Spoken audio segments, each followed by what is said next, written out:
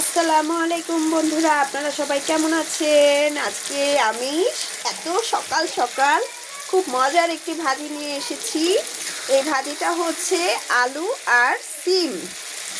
আলু আর সিমের ভাজি, নতুন আলু সাথে সিম। শীতের দিনের এই ভাজিটা খাওয়ার মজাই আলাদা।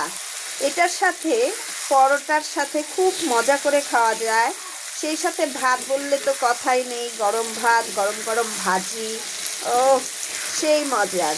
তো আজকে আমি এই সিম আর আলুর যে ভাজিটা বসিয়েছি, আপনাদের কাছে কেমন লাগছে আর আপনাদের কার কার কাছে এরকম ভাজি পছন্দ হয় অবশ্যই কমেন্ট করে জানাবেন। তো আজকে এই পর্যন্তই বন্ধুরা, আসসালামু আলাইকুম।